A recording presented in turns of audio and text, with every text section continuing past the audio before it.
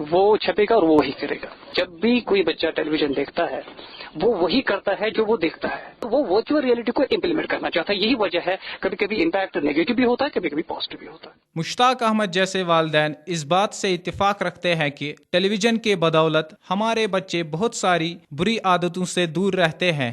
ونکس کی چینل ات مز T V یس مز تم تم زن مطلب فار ایگزامپل نمو سونی زی تمن مز سیریلز یم زن فیملی سیریلز. اگر تم ٹی وی وچھن تم نیرن بازر تمن میل بر صحبت واریاہن بچن سی تہ بچہ یمن زن بر عادات سگریٹ کان نش یا آوارگی تمہ کھت بہتر تو افضل ٹی وی وچھن. اکس سہ بوگی ووگی اگر بچس تک کن یل سہ وچھان تمس گژھان اندر جوش کہ بت گوس کھانا کی بنو بت پکا زندگی مز برونٹ. یم وجہ. اس کے علاوہ ماہر سماجیات شیخ سمیر کا ماننا ہے کہ اگرچہ بچوں کو ٹیلی ویژن پروگرام دیکھنے سے روک پانا ناممکن ہے, لیکن والدین اپنے بچوں کے لیے ضرور یہ امر طے کر سکتے ہیں کہ انہیں کون سے پروگرام دیکھنے چاہیے جو ان کے لیے مفید مند ثابت ہو. پیرنٹس کے لیے تو میری یہی ایڈوائس رہے گی کہ وہ بچوں کو واچ کریں, کیونکہ parents are the primary institution.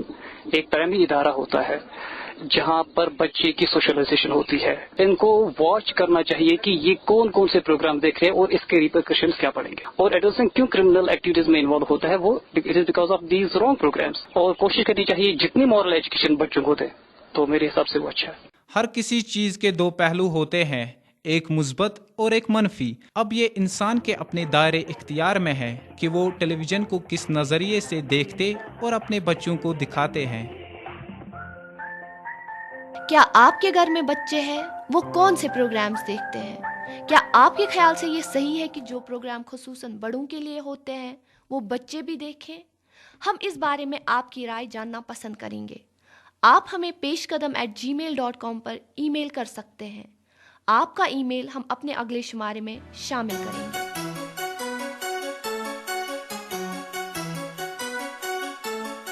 آج کل کا دور مقابلے کا دور ہے, اور اس مقابلے کے دور میں آپ کے پاس نئی ٹیکنالوجی کی جانکاری اور اچھے کمیونیکیشن سکلز ہونا لازمی ہے.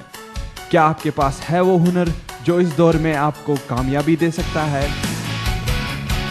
پریشان نہ ہو, ہم آپ کی مدد کرنے کے لیے حاضر ہیں. کمیونٹی ریڈیو کلب اونتی پورہ آپ کو ایک ایسا موقع فراہم کر رہا ہے جس کا فائدہ اٹھا کر آپ اس مقابلے کے دور میں برتری حاصل کر سکتے ہیں. آپ سیکھ سکتے ہیں جدید audio editing soft where, sound systems اور کمپیوٹرز کے بارے میں. عام طور پر یہ سب سیکھنے کے لیے آپ کو بھاری فیس ادا کرنی پڑتی ہے, لیکن ہم آپ کو یہ سب سکھا سکتے ہیں بالکل مفت. جی ہاں, بالکل مفت. نہ صرف اتنا, کمیونٹی ریڈیو آپ کے کمیونیکیشن سکلز کو بھی نکھارتا ہے اور پرسنالٹی ڈیولپمنٹ میں آپ کی مدد کرتا ہے. تو دیر کس بات کی, رابطہ کیجیے کمیونٹی ریڈیو کلب اونتی پورہ سے. ہمارا studio Islamic university of science and technology Awantipora میں واقع ہے. آپ میں سے بیشتر لوگ سال کے اس حصے میں کچھ نئے کریئر آپشنز کی تلاش میں ہوں گے. آپ اس وقت یا تو امتحانات دے رہے ہوں گے یا تو مختلف یونیورسٹیز میں اپلائی کر رہے ہوں گے, یا ابھی تک صرف اس سوچ میں ہوں گے کہ آگے ہمیں کیا کرنا ہے. تو اسی حوالے سے آج ہم ایک ایسے کورس کے بارے میں جانکاری حاصل کریں گے جو زیادہ تر کشمیر میں نہیں پڑھایا جاتا ہے. پیش قدم کے میر عبید بات کر رہے ہیں اسلامک یونیورسٹی کی اسسٹنٹ پروفیسر شزانہ اندرابی سے پیس اینڈ کانفلکٹ اسٹڈیز کے متعلق.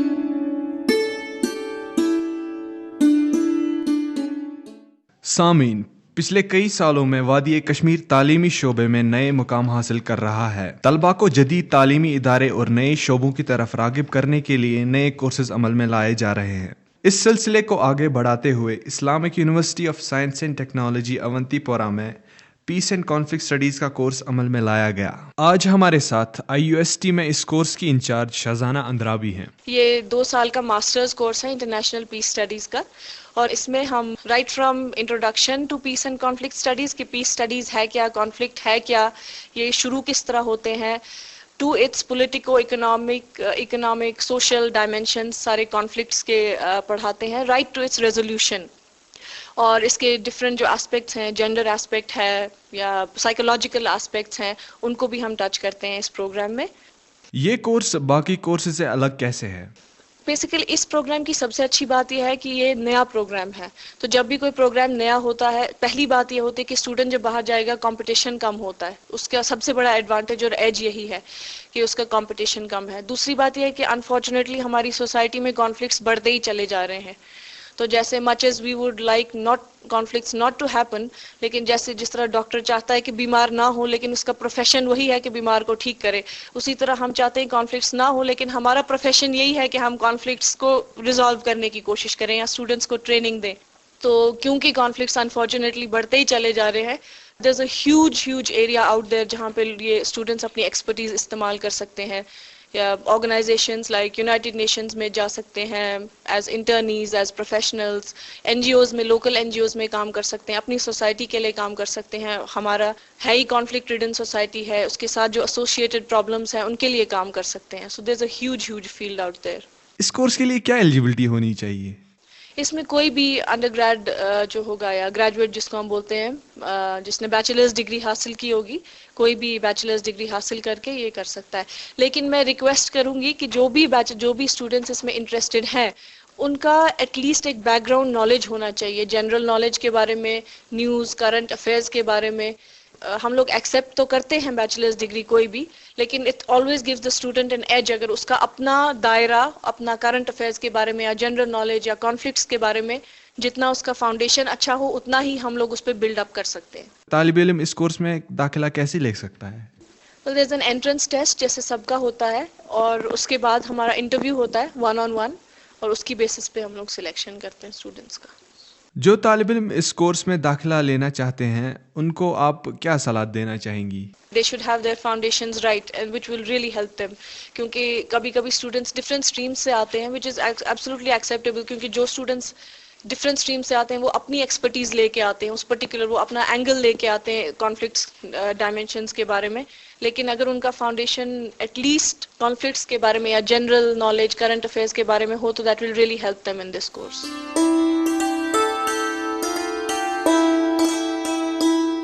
آپ پیش قدم کو سن رہے ہیں FM 102.6 میگا ہرٹز پر. آج کے ہیلتھ سیگمنٹ میں ہم بات کریں گے بیک ایکس کی. اس کی کیا وجوہات ہے، اس سے کیسے بچا جا سکتا ہے اور اس کا علاج کیسے کیا جا سکتا ہے.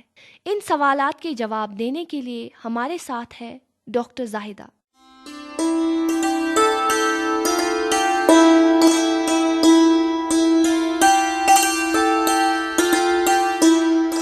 ڈاکٹر زاہدہ السلام علیکم. وعلیکم السلام. ڈاکٹر صاحبہ، آپ ہمیں سب سے پہلے یہ بتائیں کہ بیک ایک کس قسم کی پرابلم ہے؟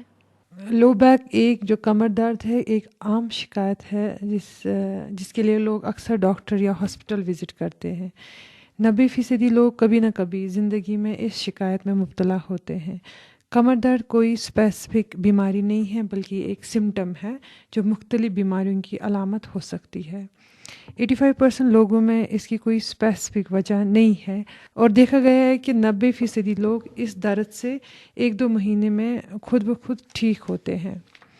لو بیک ایک ایکیوٹ اور کرونک ہے. ایکیوٹ لو بیک تب ہوتا ہے جب یہ درد 1 مہینے سے کم وقت تک رہے گا، اور کرونک تب کہتے ہیں جب 1 مہینے سے زیادہ تک یہ درد رہتا ہے. آپ نے کہا کہ اس کی کوئی خاص وجوہات نہیں ہوتی، پر جو کامن وجوہات ہے وہ کیا کیا ہے؟ جیسے میں نے پہلے بولا کہ 85% لوگوں میں اس کی کوئی خاص وجہ نہیں ہے، لیکن اس کی جو باقی کامن کازز ہے ان میں انجری ٹو مسل، بونز یا نروز ایک بہت کامن اس کی کازز ہے. دوسرا یہ کہ جسم میں اگر کہیں اور جگہ بیماری ہوتی ہے تو کمر درد ایز این امپورٹنٹ سمٹم ہوتا ہے، جیسے کہ اپینڈیسائٹس میں، کڈنی کا انفیکشن یا کڈنی کے باقی ڈیزیز ہوتے ہیں، بلیڈر انفیکشن سے، پیلوک انفیکشن سے، اور اوویرین ڈس آرڈر سے. اور نارمل پریگنینسی میں کمر درد ایک عام اور امپورٹنٹ سمٹم ہوتا ہے. اکثر عورتیں ہی اس بیماری کی زیادہ شکایت کرتی ہیں. کیا یہ بیماری عورتوں میں ہی زیادہ پائی جاتی ہے یا مرد بھی اس بیماری کا اسی حد تک شکار ہوتے ہیں؟ جیسے میں نے آپ کو پہلے بولا کہ بہت سی مطلب جس میں بہت سی بیماریوں میں جو کمر درد ہے وہ ایک امپورٹنٹ سمٹم ہے. یہ ضروری نہیں ہے کہ عورتوں میں ہی زیادہ ہوتا ہے, لیکن جیسے میں نے پہلے بھی بولا کہ پیلوک انفیکشن جو ہوتے ہیں, اوورین ڈس آرڈر جو ہوتے ہیں, یا کڈنی انفیکشنز ہوتے ہیں, ان کی وجہ سے کمر درد ہوتا ہے. یا میں نے بولا نارمل پریگنینسی میں جو کمر درد ہے وہ کنسیپشن سٹارٹ سے ہی عورتوں میں ہوتا ہے, اور یہ ایک امپورٹنٹ سمٹم ہے, اور یہ خود بخود جب بچہ پیدا ہوتا ہے خود بخود ٹھیک ہوتا ہے. ایج کا کوئی رول ہے اس بیماری میں؟ کیونکہ آج کل بچے بھی اس کی شکایت کرتے ہیں. ایج فیکٹر میں جیسے میں نے بولا کہ اگر کسی کو انجری بونز نروز مسلز میں, اس میں چھوٹا بڑا سب کوئی ایج آتی ہے. یہ ڈپینڈ ہوتا ہے کاز میں بھی, جیسے میں نے بولا. اور جیسے میں نے بولا کہ 1-2 مہینوں میں یہ خود بخود ٹھیک ہوتا ہے, چاہے کوئی ٹریٹمنٹ لے یا نہ لے. لیکن میں آپ کو یہاں پہ یہ بتانا ضروری چاہوں گی کہ ہمیں اگر کسی کو کمر درد ہے, ہمیں میڈیکل ٹریٹمنٹ کب لینا چاہیے. میڈیکل ٹریٹمنٹ ہمیں تب لینا چاہیے اگر کسی کو کمر درد سٹارٹ ہوگا آفٹر ٹروما, لائک اگر وہ کسی چیز سے گر جائے, اونچائی سے گر جائے, یا اس کو موٹر وہیکل ایکسیڈنٹ ہو, یا کوئی بزرگ انسان ہو, اگر اس میں کمر درد ہو, جیسے کسی کی عمر 70 سال کی ہو, اگر اس کو کمر درد کی تکلیف ہو تو اس کو امیجیٹلی میڈیکل ٹریٹمنٹ لینا چاہیے. کیونکہ دیکھا گیا ہے کہ ایج کے ساتھ انکریز چانس آف کینسر کے ہوتے ہیں, انکریز چانس آف انفیکشن کے ہوتے ہیں, یا ایبڈومینل کاز آف پین ہو سکتے ہیں. دیکھا گیا ہے کہ جس کو history of prolonged use of steroid, جیسے ایزما پیشنٹس ہوتے, COPD پیشنٹس ہوتے, ریومیٹائڈ آرتھرائٹس کے پیشنٹ, ان کو بہت دیر تک اسٹیرائڈس لینے پڑتے ہیں. اور اگر یہ لوگ کمر درد کی شکایت کرتے ہیں تو ان کو میڈیکل کیئر ضروری لینا چاہیے. یا کسی کا ٹیمپریچر اگر 100 ڈگری فارنہائٹ سے زیادہ ہو, کوئی ڈرگ یوز کرتا ہو, یا کسی کو ان ایکسپلینڈ ویٹ لاس ہو, یا کسی کو اگر کمر درد کے ساتھ اس کو چلنے میں پرابلم ہو, یا اپنے جو اس کے جو پیر ہے وہ اٹھانے میں پرابلم ہو, یا کسی کو لاس آف بلیڈر یا باؤل کنٹرول ہوتا ہے, تو اس کو امیجیٹلی میڈیکل ٹریٹمنٹ لینا چاہیے. ہم اکثر کمر درد کے لیے آئنٹمنٹس اپلائی کرتے ہیں تاکہ ہمیں ریلیف ملے, یہ کس حد تک صحیح ہے؟ یوزولی جو کمر درد کے لیے آئنٹمنٹس لیتے ہیں, یا ایکسرسائز کرتے ہیں, یا بیڈ ریسٹ لیتے ہیں, وہ کچھ نہ کچھ ہمیں سمٹومیٹک ریلیف دیتا ہے, مطلب کچھ دیر کے لیے ریلیف دیتا ہے. لیکن جیسے میں نے پہلے بولا کہ 90% لوگوں میں خود بخود یہ 2 مہینے ودن 1-2 months میں یہ خود بخود امپروو ہوتا ہے. اس کے علاوہ مزید ایسی کچھ چیزیں جس سے ہم اس بیماری سے بچ سکتے ہیں یا اس کا علاج کر سکتے ہیں؟ کمر درد سے بچنے کے لیے, پریونشن کے لیے امپورٹنٹ کہ اسپیسیفک ایکسرسائز ہوتی ہے. دوسرا یہ کہ اگر کسی کو لو بیک ایک, تو اس کو لمبر سپورٹ بیلٹس یوز کرنے چاہیے. یا جو لوگ یا جن کا ایسا کام ہو کہ ان کو بہت دیر کے لیے کھڑا رہنا پڑتا ہے, تو ان کو ہمیشہ اپنا سر اونچا رکھنا چاہیے, اپنی بیلی اندر لینی چاہیے, اور ان کو ہائی ہیلز نہیں پہننی چاہیے. یا اگر کسی کو بہت دیر تک بیٹھنا ہوتا ہے, بیٹھ کر کام کرنا ہوتا ہے, تو اس کا سٹنگ پوسچر ٹھیک ہونا چاہیے. یا سلیپنگ پوسچر بھی اس میں امپورٹنٹ ہے کہ وہ ٹھیک ہونا چاہیے. یا اگر کسی کو کوئی چیز لفٹ کرنا ہے تو اس کو وہ احتیاط سے لفٹ کرنا چاہیے. جیسے میں نے بولا کہ اگر کسی کو کمر درد ہے تو ڈاکٹر کے پاس جاتا ہے, پھر امیجیٹلی اس کو ریلیف نہیں ملتا ہے, تو اس کو مطلب وہ ڈسکریج نہیں ہونا چاہیے کہ اتنی جلدی مجھے کیوں نہیں امپرومنٹ ہوا. تو یہ خود بخود جیسے میں نے بولا 1-2 مہینے میں اس کو امپروو ہو جائے گا. لیکن جیسے میں نے بولا کہ کچھ چیزیں ہیں, کچھ کازز ہے, کچھ ایسے وجوہات ہیں جس کے لیے اس کو امیجیٹلی ڈاکٹر کے پاس جانا چاہیے اور میڈیکل کیئر لینا چاہیے. آپ آخر میں ہمارے سننے والوں کو کوئی اور صلاح دینا چاہیں گی؟ میں نے بولا کہ ہمیشہ پیشنٹس کو مطلب sitting, standing, sleeping postures correct ہونے چاہیے. ہم نے دیکھا ہے کہ ایک کامن میتھ ہے کہ پیشنٹ کو کمر درد ہے تو اس کو پرولونگ ریسٹ لینا چاہیے, but rest should not be prolonged for more than 2 days. بس کم سے کم 2 دن کے لیے بیڈ ریسٹ ہونا چاہیے, زیادہ نہیں. کیونکہ میں نے بولا کہ 85% لوگوں میں خود بخود 1-2 مہینے میں ٹھیک ہو سکتا ہے. ڈاکٹر صاحبہ, ہمارے اسٹوڈیو آ کر ہمیں اپنا قیمتی وقت دینے کے لیے آپ کا بہت بہت شکریہ. شکریہ.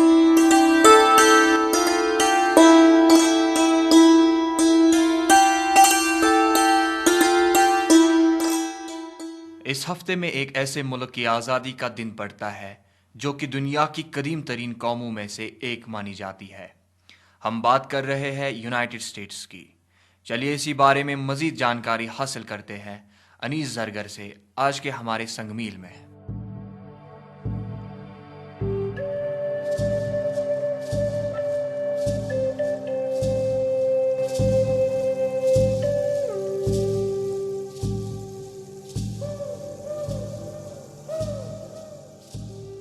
آج ہم بات کریں گے ایک ایسی تاریخی دستاویز کی جس کے بنا پر ایک ایسے ملک کے بنیادی اصول بن گئے جس نے نہ صرف آنے والے وقت میں اپنے نام کو روشن کیا بلکہ دنیا بھر کو چاند کی بلندی تک پہنچایا۔ جی ہاں، میں بات کر رہا ہوں یونائٹڈ اسٹیٹس آف امریکہ کی، اور یہ دستاویز ہے ڈکلریشن آف انڈیپینڈنس، جسے سن 1776 کو تھامس جیفرسن نے لکھا تھا۔ تھامس جیفرسن جارج واشنگٹن اور جان ایڈمز کے بعد امریکہ کے تیسرے صدر بن گئے، اور تھامس جیفرسن یو ایس کے پہلے سیکرٹری آف اسٹیٹ تھے۔ ڈکلریشن پہ اس زمانے کے 13 کالونیز سے تعلق رکھنے والے 56 نمائندوں نے اپنے دستخط کیے۔ اس دستاویز نے اس بات کو سامنے لایا کہ 13 امریکی کالونیز جو اس دور برطانوی سامراجیت کے خلاف جنگ لڑ رہی تھی اب برطانوی سامراجیہ کا حصہ نہیں ہے۔ تھامس جیفرسن نے کنگ جارج III کے خلاف لوگوں کے خدشات کا اظہار کیا اور کہا کہ برطانیہ امریکہ پر جبراً قبضہ کیے ہوئے ہے۔ امریکہ کے لوگوں کا حق بنتا ہے کہ وہ اس کے خلاف آواز اٹھائیں اور انقلاب لائیں۔ ڈکلریشن آف انڈیپینڈنس میں کچھ ایسے جملے ہیں جو زبان اور معنی کے اعتبار سے بھی بے حد مشہور ہے۔ ایسا ہی ایک جملہ ہے، We hold these truths to be self-evident, that all men are created equal, that they are endowed by their Creator with certain unalienable rights, that among these are life, liberty, and the pursuit of happiness. سابق امریکی صدر Abraham Lincoln اس declaration کو اپنی سیاسی فلسفے کی بنیاد قرارتے ہیں، اور اس بات پر انہوں نے ہی زور دیا کہ یونائٹڈ اسٹیٹس آف امریکہ کے آئین کی بنیاد بھی ڈکلریشن آف انڈیپینڈنس ہی ہو، جس کی وجہ سے پھر امریکہ میں ابراہم لنکن نے غلامی اور غلاموں کی تجارت پر پابندی لگا دی۔ ڈکلریشن آف انڈیپینڈنس آج بھی national archives Washington D C میں نمائش پر ہے۔ آپ پیش قدم کو سن رہے ہیں FM 102.6 میگا ہرٹز پہ۔ آپ فیس بک پہ ہیں؟ ہم بھی ہیں۔ پیش قدم کا فیس بک پہ اپنا ایکسکلوسیو پیج ہے، آپ اس پیج کو جوائن کر سکتے ہیں اور اہم مسئلوں پہ تذکرہ کر سکتے ہیں۔ اس کے علاوہ اگر آپ پیش قدم کے پچھلے شمارے نہیں سن پائے یا آپ انہیں دوبارہ سننا چاہتے ہیں تو آپ اس پیج پر وہ سب سن سکتے ہیں۔ تو آپ سے ملاقات ہوگی پیش قدم کے پیج پہ۔ ہمارے سیگمنٹ نو یور رائٹس میں پیش قدم کے عمر خالد ہمیں بتا رہے ہیں کنزیومر پروٹیکشن ایکٹ کے متعلق۔